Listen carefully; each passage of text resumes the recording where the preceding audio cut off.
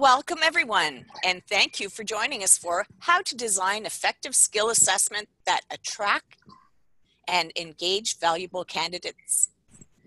Sponsored by eSkill and presented by Jeff Schnitger. This webcast has been pre-approved for HRCI and SHRM credits.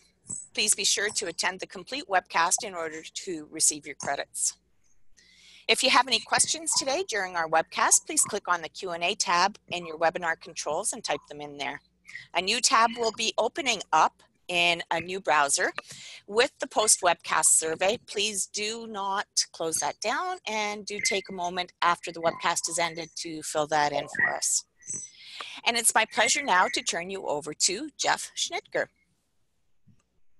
All right, thank you very much. Appreciate the time. Hi everyone, I am Jeff Schnitger with eSkill. Here today to talk about how to design effective skills assessments that attract and engage valuable candidates and not turn them off. So an overview on skills testing, what it does is it provides a reliable way to pinpoint the best candidates, increases hiring accuracy, and validates hiring decisions. It's really become an indispensable component of a modern hiring process, but when hiring in a tight labor market, you will need to create a positive experience for the job candidates so as not to lose their interest. In today's webinar, what we want to talk about is how you can make skills testing engaging rather than boring for your candidates. How can you create employment skills tests that candidates actually enjoy completing as they become part of your organization? To do this, we want to really look at all aspects of test design and deployment. So today, what we're going to look at is what is the correct test length for appropriate stage of consideration? How do we balance the number of questions with the intent to keep moving the candidate through the application process? We'll look at what are the elements of a test that ensure a test taker experience will be reliable and intuitive for them. We'll also look at how to specifically pick questions that are job relevant, therefore valid, which we will also get into, and informative of the job's tasks. We'll also look at graphics, technology, and simulations that can really enhance the overall test-taking experience and really keep their attention as they're going through these various tests. We can also discuss how open-ended questions, free-form response-type questions, allow candidates to express themselves in a way that you can evaluate. It also engages them in the entire process. Finally, we'll look at how to communicate around the assessment, both internally and externally to the candidate, with language that really nurtures the candidate as well as the entire process for all involved when looking at test design. All right, so step one, really when talking about pre-employment skills testing is going to be in test design. How do we put this test together? And step one really is going to be about job analysis. And job analysis is really the step to get a thorough understanding of the knowledge, skills, and abilities that comprise a specific job. A job analysis allows you to have a thorough understanding of the tasks, their importance, and the frequency of use of these tasks on the job. This enables you to create an accurate profile of what specifically you are looking for in a candidate. Just take an example of an administrative assistant job. Certainly this could focus on elements of Microsoft Office such as Excel and PowerPoint. You may also look at some components such as multitasking, the ability to handle 2 different tasks, 3 different tasks at the same time. We can look at clear communication skills, both written and verbal. Do they have communication, business communication, etiquette type skills? We also look at things as detail orientation, as they are frequently critical to the job. In addition to some of these components, you may also want to list any specific requirements that are unique to your given job and your given culture. Taking the example of the administrative assistant further, perhaps there are duties that are unique and important to the organization that are outside of your typical Microsoft Office scheduling, things of that nature. You may look at things such as travel scheduling, travel budgeting, community outreach for support programs, things of that nature. What that allows you to do is to differentiate the position and the company by communicating with the candidate all aspects of a given job. What will happen is the right candidate will not only have the skills to perform these duties, but they may actually get excited about the prospect of performing them on the job and display both their skill and overall sense of commitment to your organization. You also want to look at the frequency and criticality of these skills on the job. So not all skills are going to be created equal. Not all are going to be created with as much time involved on the job. For example, certain skills may only be applicable to 10% of the job from a time perspective, but perhaps that 10% is of critical value to the job. Let's take a look at an accounting position where you might need components or competencies such as accuracy, overall knowledge, and attention to detail. Without those, you could have a solid practice or an accounting practice that needs a lot of rework, ends up costing the business. You have to have work redone and ultimately have inaccurate accounting practices. This is not ideal. So you want to focus on essentially what is most critical to make sure that job gets done. Another example could include someone in call center. Maybe this is a more simple example. Certainly, it's important that call center sales agents have great listening skills, the ability to handle company technologies such as a CRM. They also, and this is most important, really must be able to close sales. And so while closing a sale may only be 10% of the time of a candidate's job, we really want to focus on that because it is the critical aspect of that job. So overall, try to concentrate on skills that are critically important to the job and the organization. Another aspect to consider when looking at overall test design is going to be any type of skills that are frequently overrepresented on resumes. So there's a lot of ways to look into it. Typically, you can look at past employees and understand why their performance wasn't up to standards. Typically, you may have a conversation with a hiring manager and recruiter, and they can provide valuable information in this regard. Usually what they'll tell you is an employee was hired because they claimed expertise in a given field, yet once on the job, they displayed very little of that expertise on the job, hence costing the organization money. Oftentimes, these skills can be highly specialized skills that require a great deal of resources to acquire. These skills are frequently bragged about on a resume, but when it comes to skills testing, there really is no faking these skills in a testing environment because they simply have to do them and prove them to you. You will see frequently that candidates do overstate specific skills in the resume. So in this highly competitive job market, a polished resume with some exaggerating can become the norm. What skills testing allows you to do is objectively measure the skills you know are required for the job and skills you have seen misrepresented on resumes. This essentially brings another tool to the recruiter's toolbox to evaluate critical skills. This is really the way that you can engage the right employee with the right skill set. All right. Next, we want to understand validity and how it relates to skills testing. So validity is a very common question when it comes to pre-employment testing. Validity essentially ensures that a test will be legally compliant and provide a fair and accurate measure to compare candidates. When it comes to validity and skills testing, understanding the specific knowledge, skills, and abilities for a job is the first step in understanding the type of test content that is most appropriate for the job. This process also strengthens the validity of an assessment. Let me explain. Most skills tests are created on what's called a content validation model. And what content validation means is that test content is appropriate for a particular skill. In other words, the content is valid, hence content validation, a fairly simple concept. Usually when looking at pre-employment testing, this is something you can check with the reputable testing provider prior to start any testing initiative. For example, does the provider follow proper legal validation procedure when developing a test? Do they have questions that are created with a proper sense of language clarity and the proper content to ensure the test accurately gauges any given skills? These are questions you can ask. Most providers can also provide a technical document that outlines their process for validation and content development. What this means is that the test provider has already done research, has already done adequate subject matter expert research to create test content. It also means the test content is reviewed by proper language authorities. So if this validity is already established, now you have this tool in your hands, how can you as a user take it one step forward when utilizing the test for your own unique positions? The answer really is simple. When you as an end user ensure that the content for your test is specifically related to a job, again, knowledge, skills, and ability, the content validity is actually strengthened through that exercise. This is a key step in ensuring legal compliance while using pre-employment testing.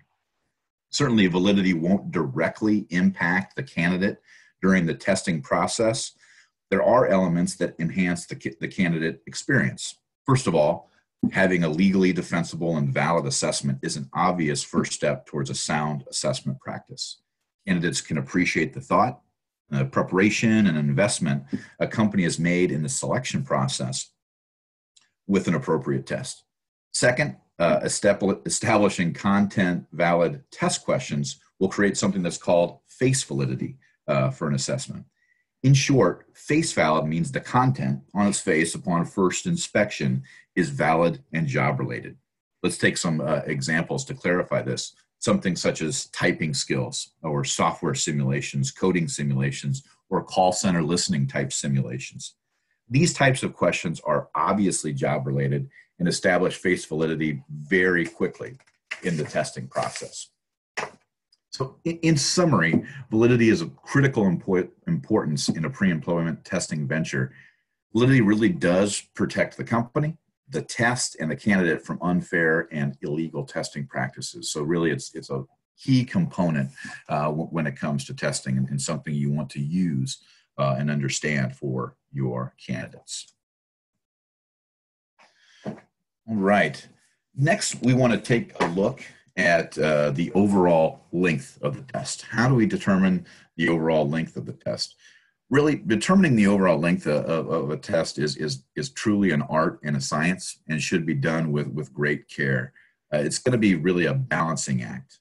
A lengthy test can be really predictive as it contains numerous questions on appropriate skills for the job.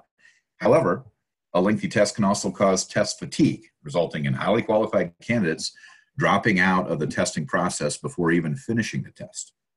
So there are several things to consider when determining the overall length of the test. So number one, what is the overall level of expertise of any given job? So in short, experienced expert level jobs benefit typically from a slightly longer test. The thought and the assumption being that the more knowledge, the more skills acquired or needed for a typical job, the more questions you will have to ask.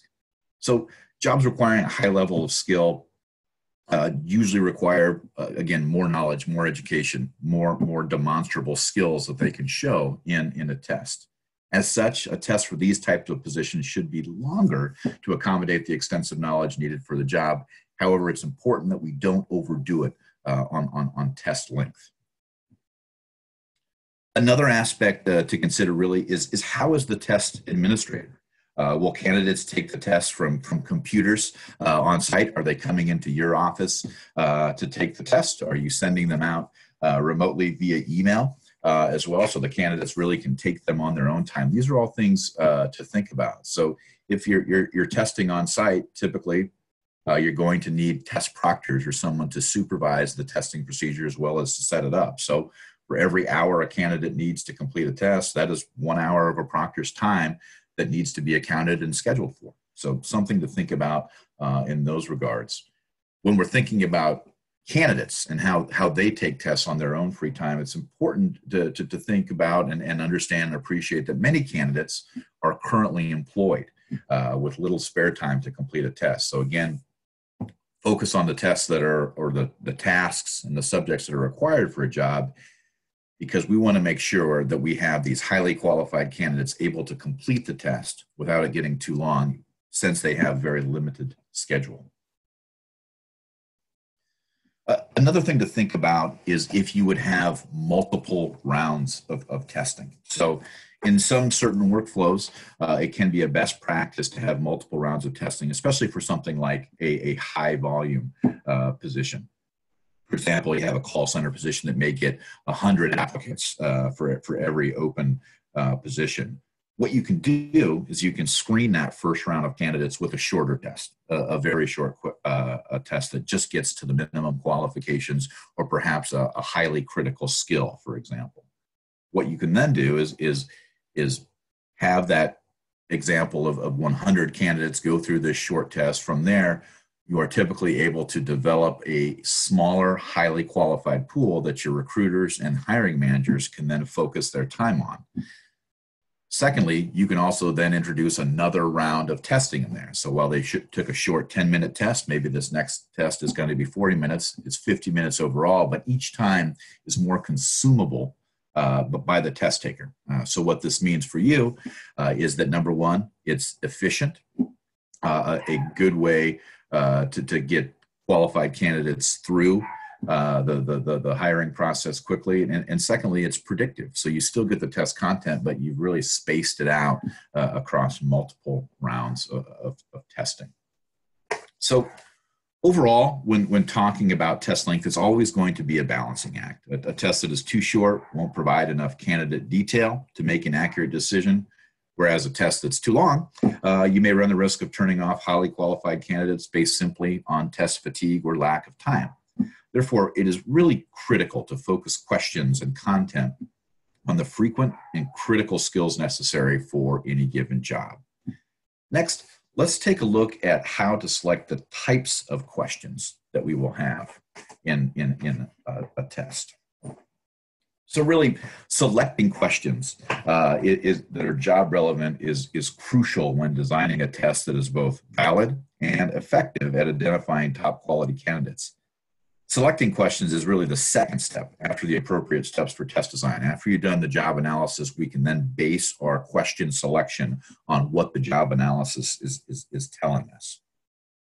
So after you've gone through these steps, what you'll really find is when you combine a job analysis with looking at critical skills, you'll have a test content, or you will have test content that is appropriate, and you'll see multiple benefits. First, the test is predictive and valid. Fairly obvious point, with some exceptions and some clarifications I do want to make on that.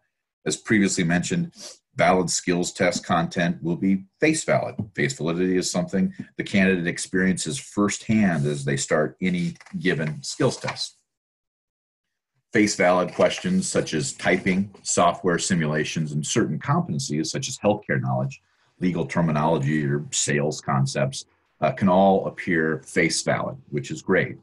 However, there are some circumstances and some competencies that don't necessarily have the same face validity, yet are still completely appropriate for use. And let me provide some examples there. We may have questions on competencies such as detail orientation, etiquette, or maybe logical, numerical, or verbal reasoning type of assessments. These type of questions don't necessarily have the direct relationship to a job that face valid questions have. That is okay, as the questions are very predictive. So let's take, for example, a reasoning type of test or a reasoning type of questions. These are highly predictive as they really kind of provide a fairly accurate judgment of a candidate's general mental ability, which is highly predictive when it comes to pre-employment testing. Well, to the candidate, however, many of these reasoning type of questions can seem like school-age tests and cause kind of a sense of anxiety for the test.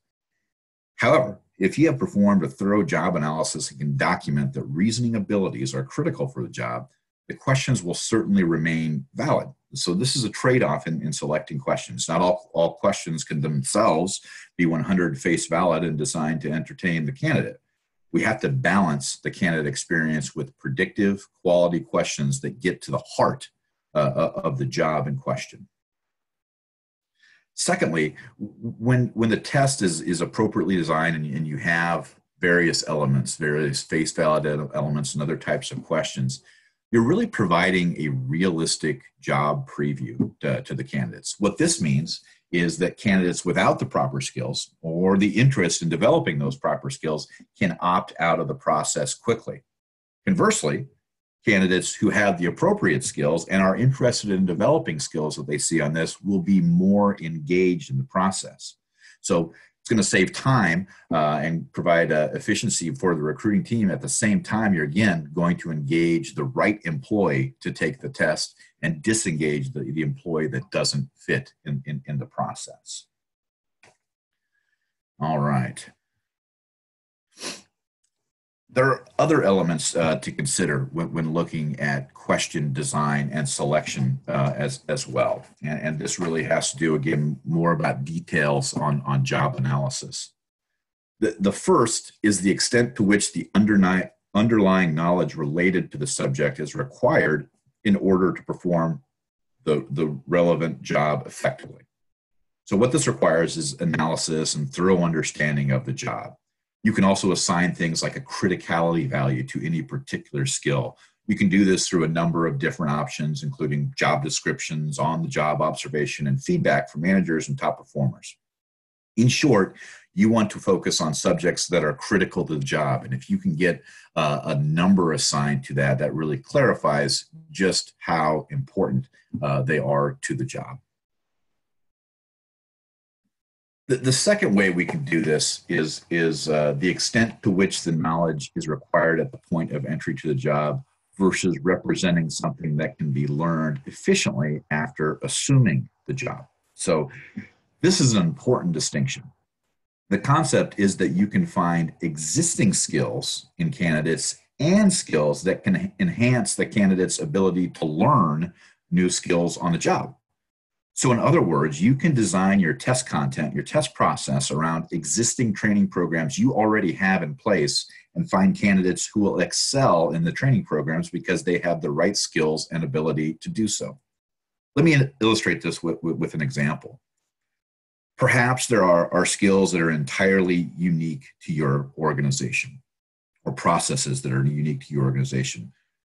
Examples include maybe some policies and procedures, very specific data entry, or use of a company-created CRM, so a CRM that does not exist anyplace else in the world. In these cases, it's really not reasonable or really possible for candidates to possess skills such as these, as they are going to be very unique to your organization.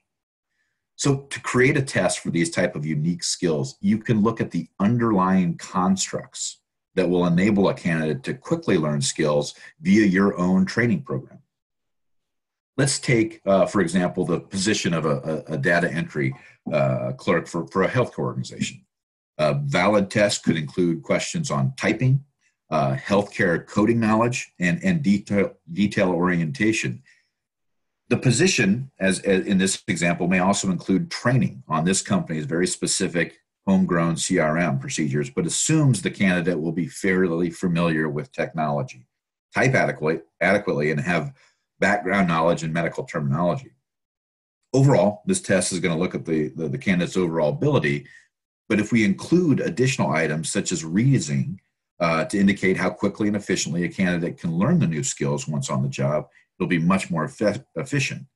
You can also look for things like computer literacy at a general level to ensure that training on this new CRM will not present the same challenges as if you brought an employee who has little to no experience in the technology field. Overall, this will allow you to focus on putting the candidates in jobs that really do match what they can do today and training that will help them excel in the future. This is how to create maximum engagement with a candidate that is provide a path to the best fitting job for them. So in other words, this test is really going to become something of a map to their future at your organization. There are other ways to sync your skills test with training programs to really maximize the efficiency of the test. Additionally, you can actually use the test results to create tailored training programs for new employees. Properly designed tests will provide a great overview of a candidate's current abilities and areas for improvement. In most cases, candidates don't get a perfect score on a pre-employment test. That's to be expected.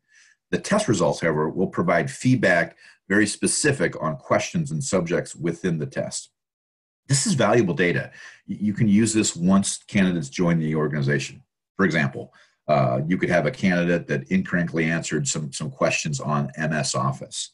The score report, taking a look at the test, will outline the questions that the candidate got wrong, and then you can direct that specific employee to look at those type of tasks, learn those type of tasks, any type of internal training you have on those tasks allows you to quickly upskill and train that employee just based on those results.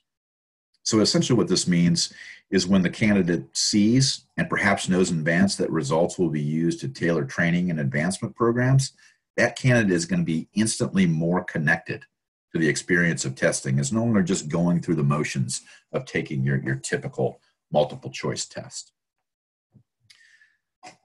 Additionally, there are some measures that we can look at when selecting questions, and this really does have to do with metrics that you keep and keep track of within the organization. There are a lot of metrics, and they're tracked very differently across different organizations. So what I want to do today is really focus on the two types of metrics that are most impacted when using a pre-employment skills type program. The first is going to be what I call short-term metrics, and this typically is going to be involve things like recruiting efficiency, time to hire, really how fast and how quickly and efficiently you can get this new candidate into the organization. So again, short-term metrics. The second is even more broad, but the second is going to be really a category of long-term metrics, and this comes down to how you really track these individual employees' performance through the years, through the course of whatever their career may be. So first we'll look at short-term metrics. So these again, obviously are metrics that are achieved very quickly within their recruiting process. Typically, you're going to look at things like time to fill, interview to hire ratio, and dollar ads spent on recruiting. So there are a lot of metrics, and they're going to vary by organization. How this relates to testing and question selection is how these metrics help shape the test. For short-term metrics, typically we'll look at things like overall test length. We want to make sure that it's balanced and it's short enough to make sure that we're not missing out on highly qualified candidates. We want to ensure the test isn't so long that we scare off these candidates, and essentially that is going to impact our metric of time to fill if we're not able to get qualified candidates through the test. We can also look at something like interview efficiency.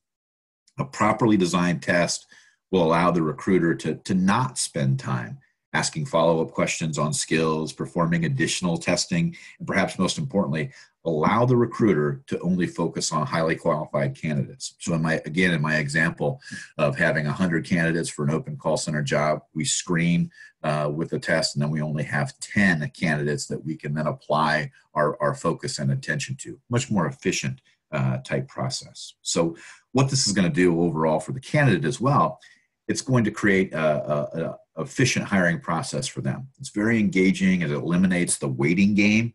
They can also qualify these or cause these qualified candidates to find employment elsewhere. So again, this is really about short-term type metrics and how the test can inform those. The second group of metrics, again, is much more broad, but as we look at long-term metrics, and it's really focused on overall employee performance. Long-term metrics really are where the rubber meets the road, so to speak, and how we truly measure these employees' success. These metrics can include, let's take example for a call center position. They can include call handling time, upsell, customer complaints, attendance, data accuracy, and rework. Whatever the metric may be, it is useful in determining what questions are appropriate for a specific test. When the question itself can have a positive impact on a long-term metric, it most certainly is appropriate for testing and will yield specific results for the organization.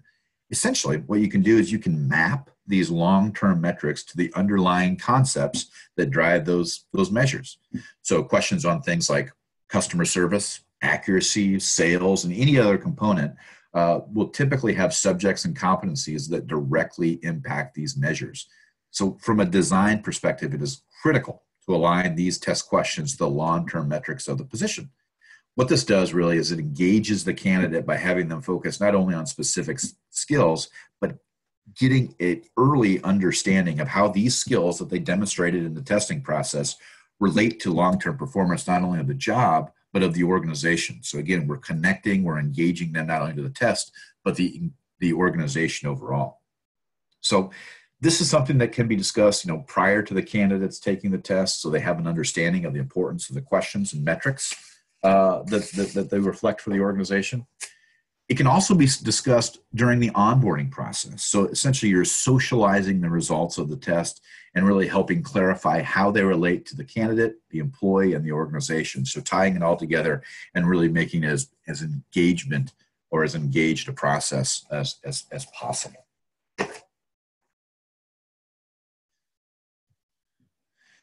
All right, let's take a look at some graphics and simulations. So what graphics and simulations do, especially in a pre-employment testing environment, is they provide a rich, engaging environment for candidates. So you can see here on this PowerPoint, it's a little more interesting than just the typical text that we have seen. So they provide that valuable alternative to traditional test questions. So a graphic-rich testing experience can be highly engaging for the test taker, really for several reasons.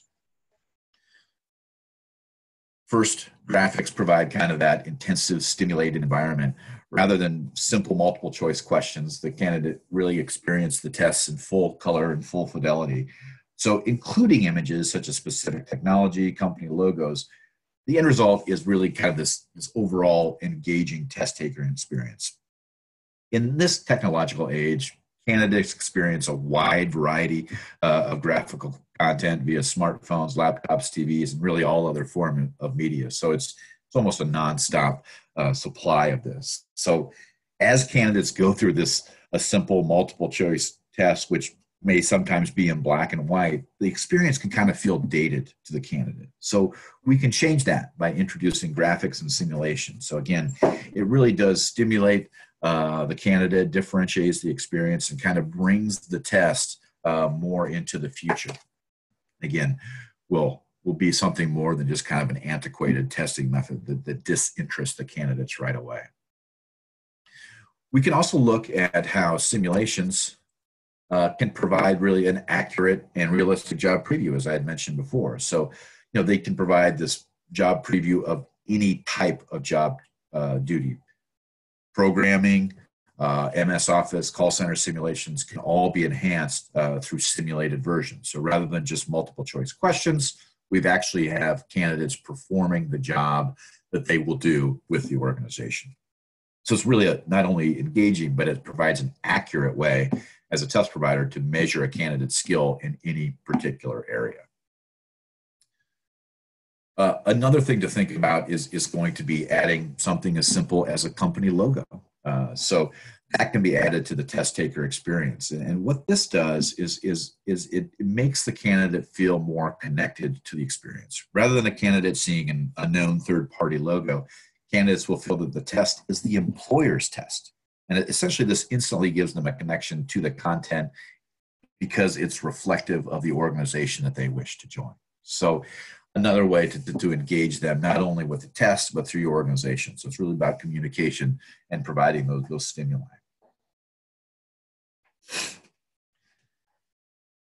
Another aspect that we can look at in test design is really open-ended questions or free-form type questions. And this allows the candidate the opportunity to really reveal aspects of themselves that's not available in your typical multiple choice type question.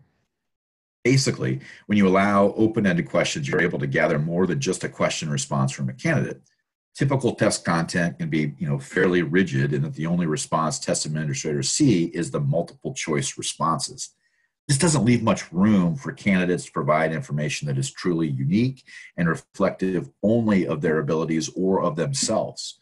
When you include open-ended or free response type questions, you are able to gather additional information. Things you can gather include writing samples, biographical information, problem solving, creative writing, and even coding samples can be gathered via these open-ended questions. So in addition to gathering additional information, what the candidate is going to experience is they're going to feel more involved, and the test more accurately depicts them as a person. Again, these open-ended questions allow both the recruiting company and the candidate to experience a highly personalized testing experience and really allows both parties to feel they have allowed for fuller disclosure and more transparency in the testing process. Candidates can appropriately share elements of their creativity, problem-solving capabilities, and customer service orientation via writing samples. Allowing candidates to express themselves gives the candidates a greater sense of ownership and control over the testing process. Again, multiple choice questions can feel fairly sterile to candidates. So essentially these open-ended questions allow them to kind of break through that barrier and be more specific about themselves.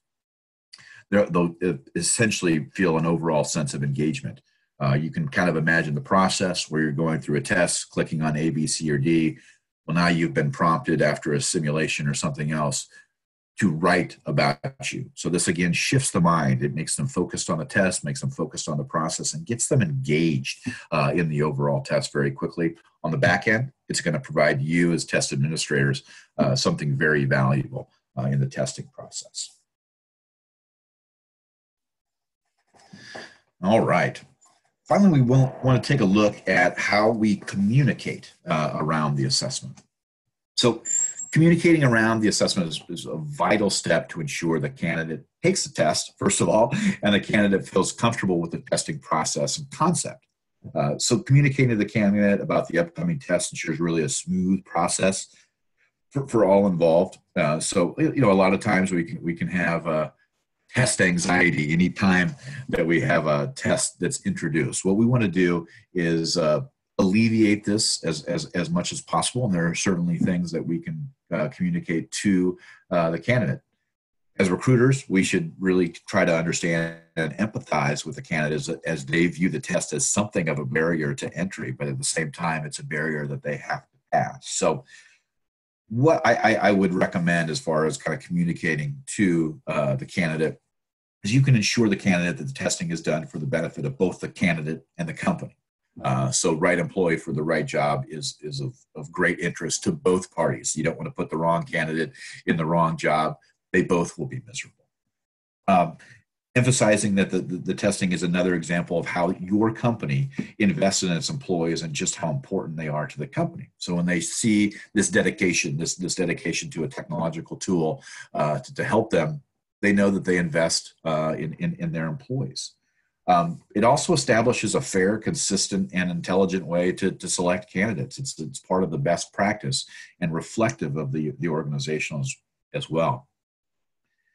Finally, we can tell candidates to just be themselves, which is going to be the most helpful advice we can give to them. So emphasizing that the proper skills in the proper job is going to have that highly engaged employee and a very satisfied employer as well. So that's the type of relationship we're looking for. So long-term, it's best just to be themselves. The other thing that we can do is really kind of accurately preview the test. So it's important that candidates are comfortable and aware that they are taking a test. Once you have decided to test a candidate, it's important to begin communication around the assessment. Simply letting the candidate know they are taking a test is kind of step one, so that it's not coming out of the blue. You can tell the candidate during a phone interview, email exchange, or as part of standard language on your website as well. So essentially what this eliminates is that element of surprise that can cause test takers to disengage or get too anxious about the testing process. You also want to adequately prepare the candidate for the test. This does not mean giving them hints or even what the test covers, as you don't want them doing any studying beforehand. You simply want them to take the test, allot adequate time to take the test, and ensure the testing computer that they're going to take is sufficient. And usually providers of test content will provide that type of information as well. So overall, this is going to establish an environment where the test taker feels prepared and can focus appropriately on the test.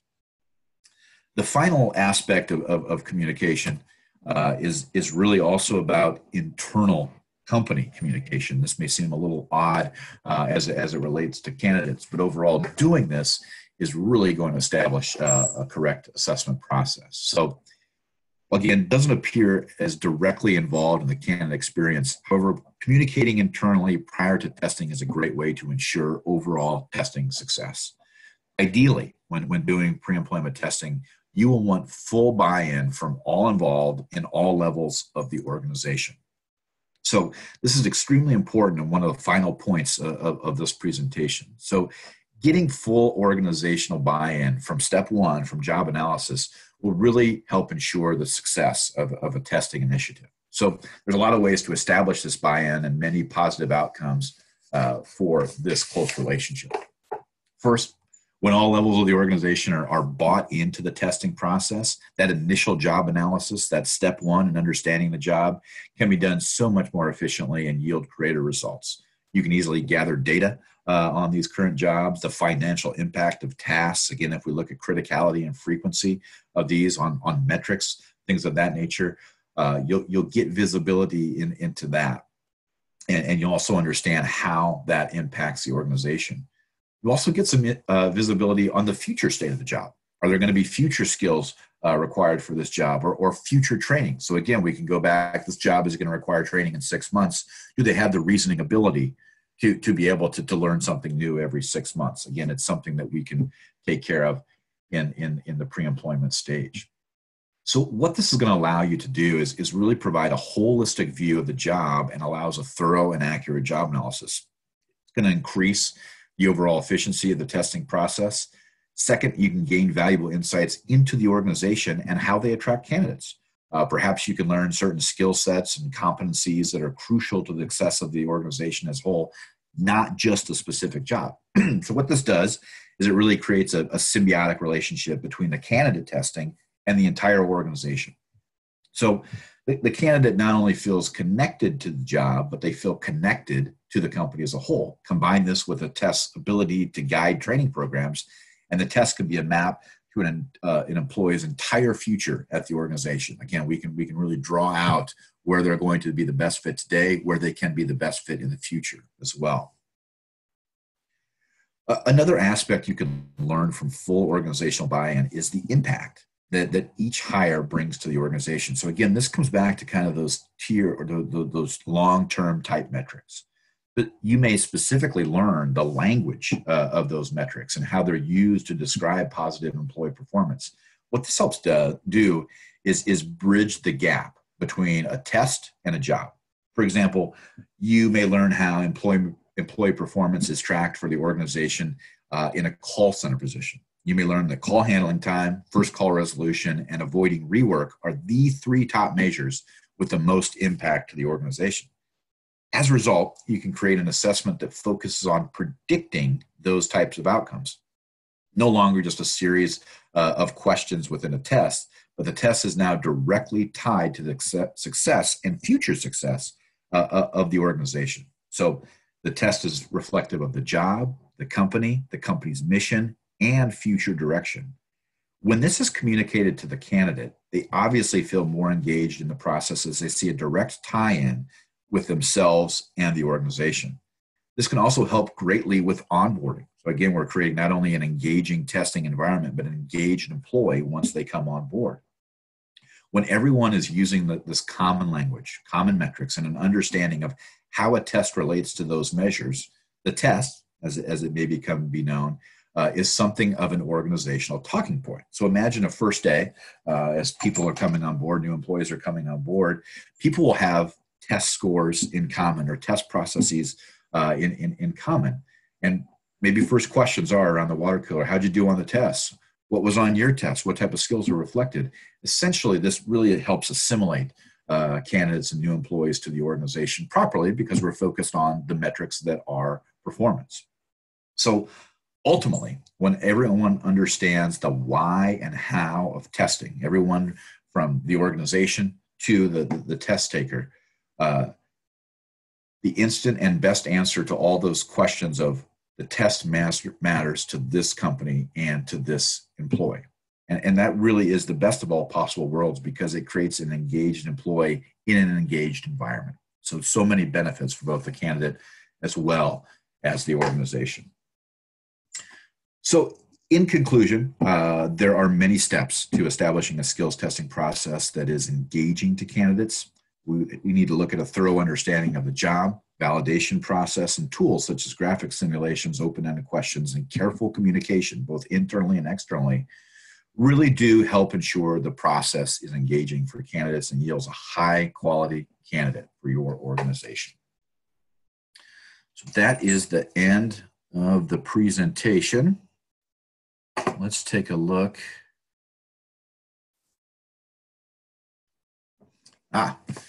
Good question. What is the best test to determine culture fit? This really is a great question. There's a lot of different answers to that. First of all, we need to understand kind of what is the culture of the organization. So we have to look at things beyond just the job level. So as I talk about job analysis and what's specific to a job for culture, we need to look at what's important for the overall organization. And secondly, how those important aspects are manifesting themselves within the organization. So you may look at top performers, kind of champions of the organization, and try to understand what is it about them that's most important. So from a skills perspective, it's usually not the easiest way to look at culture. Typically, you're going to want the culture through a behavioral type test, which is different than skills tests, but typically behaviors, personality things of that nature are going to be a better gauge for culture fit. All right. Please provide a list of typical service providers that are leading in this field for global organizations, especially for undertaking assessments in remote, fragile situations. That's a good question. You know, there are several several skills test companies out there. Really depends on kind of what you're looking for. eSkill is one of them. IBM Prove It is another provider. We have something like Criteria Corp as well. And they're all, they all have some similarities and some differences as well. But from a testing provider standpoint, as it relates to skills, there are typically a lot fewer skills provider than there are personality based or behavioral based testing providers. All right. Okay, so a couple of slides to talk about typical test structure, how it is monitored and extent. Great question. So do we know for a fact that the person taking this test is who they say they are, is typically part of that. And really anything short of being able to capture a video of the candidate or a picture of the candidate as they are taking the test remotely is going to be the only way to ensure that. So a couple of things to that point. We have found, you know, that there's obviously going to be that kind of part of cheating, or someone else is taking the test and you don't know who it is. And again, the only two ways to look at that is maybe capture a video as that candidate is taking the test remotely, or perhaps you can do what's called the test retest methodology. And what that may involve is, let's say that you test 10 candidates, 3 of them score very well. You bring in those 3 candidates and then test them again on a very similar subject. Their score should be, again, very similar. So if you have a discrepancy or a difference between those, then that's where we would have some cause to think that isn't the right person.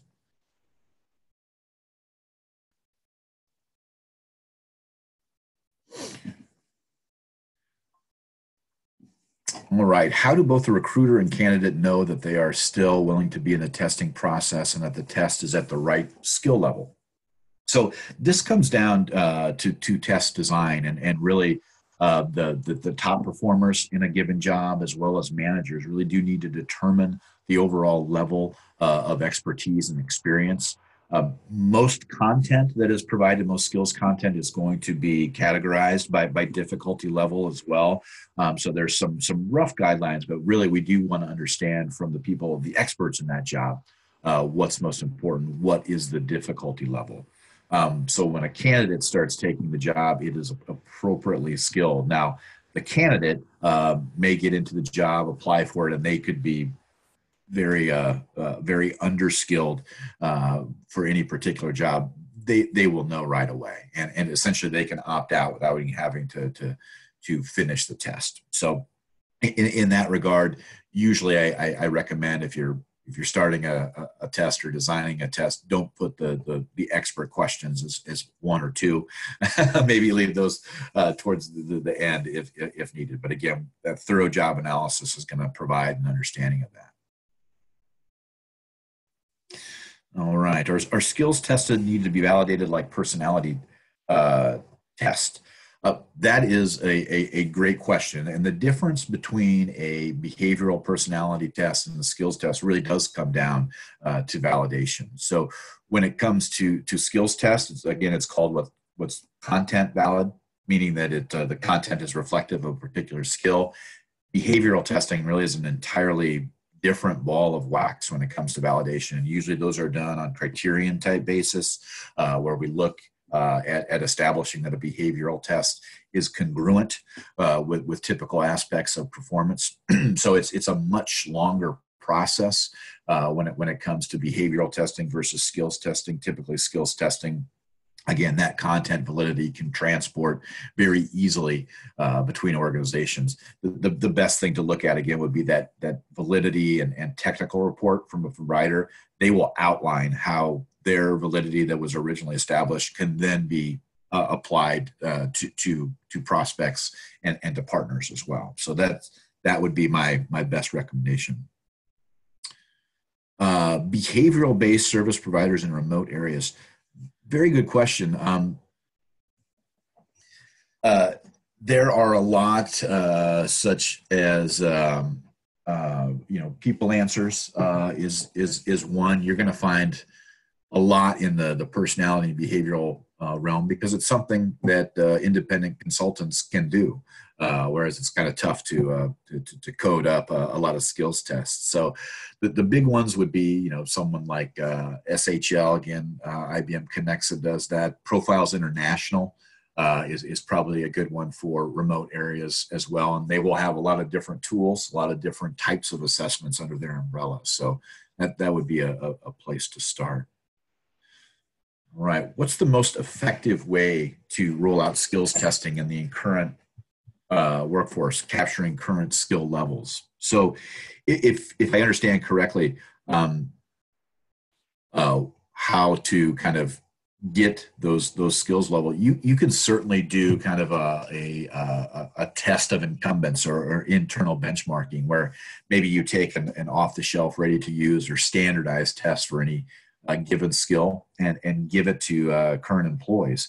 And essentially what should happen is your top performers should perform well on any particular test. Now, there is a difference because skills testing it doesn't quite have what's called the reliability as behavioral testing for one simple reason, in that people can learn skills, whereas behaviors are essentially ingrained and it's not something that can be easily changed. So these skills, you can kind of when someone comes on the job, for example, they might not have been an expert in Microsoft Excel. Well, 6 months down the road, they've learned. So it's really kind of a combination of understanding the current skill level, as well as understanding the capability, the capacity of that candidate to learn. So maybe look at things like reasoning assessments as well. So you kind of get that future learning capability from the candidate. Unfortunately, I don't have slides on a typical test structure work plan. It really does depend on kind of the organization as well. Behavior also a skill in such testing. That is a really good question, and there are going to be kind of some gray areas in there, but usually behavior is going to be specific to things like personality traits. So this could be covered on kind of a big five is what's going to be the standard industry jargon on that, where you have your big five buckets of personality, whereas skills, where something might be like detail orientation, which is just the skill of being able to find the error. Skills are much more quantifiable as you look into the particular question or the subject of a given skill. Whereas behavior, it takes a lot more psychological research, a much bigger sample size. So there are definite distinctions, and it would again kind of come down to how those tests are validated within. So if one's kind of a content, it's going to be skills based, whereas if one is criterion based, that's going to be more behavioral.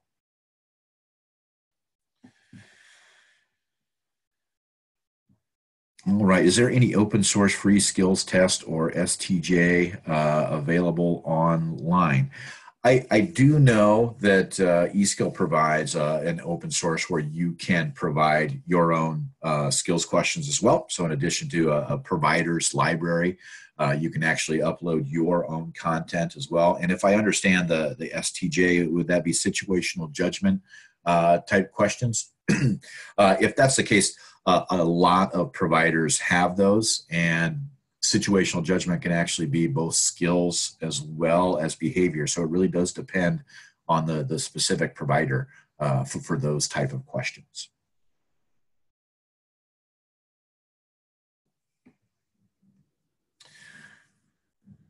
All right. Given the complexities of validation studies, that would seem to dictate working with a vendor on these tools unless you have tons of internal resources. Excellent point. That it really is typically the vendor's business. It's their job to get these tests up and running. And so they're typically going to be experts in removing those barriers, because as you point out, validation studies can be complex. What we want to do is if they don't have the internal resources, make sure that all they're going to do is provide us as a vendor the data, and then we have the resources to give that that validation study work. So typically, it's going to be at the request of a legal department or a compliance department, but that's something that the vendor definitely wants to understand, because again, they're in the business of testing, so they want to make sure that it's legal, valid, and reliable for clients, and they're going to have ways that they can do that as well. Right. I think that is the end of questions, unless we see any more.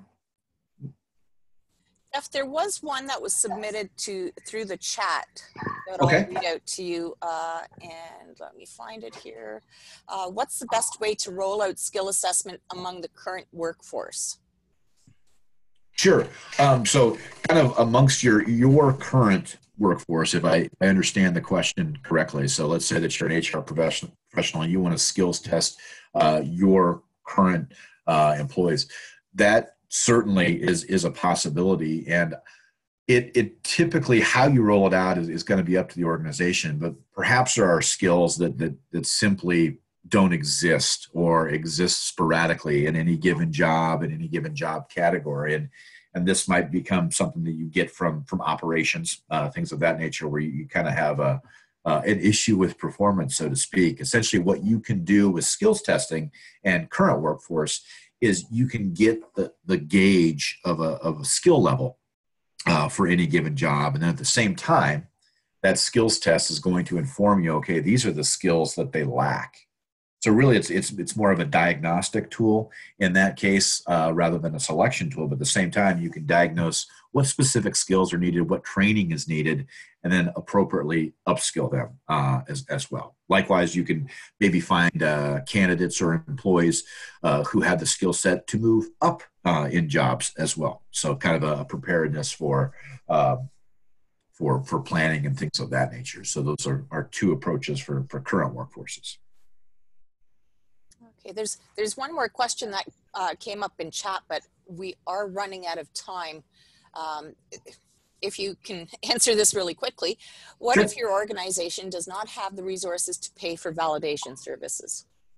Yep. Yeah. So great question. Typically, a lot of providers will have ready-to-use off-the-shelf tests that don't require validation services. So in most cases with skills testing, that's going to be the case. And in many cases, even with behavioral testing, that might be the case. But I ask the vendor, is validation needed to start using these tests? And based on that answer, that's what I would suggest.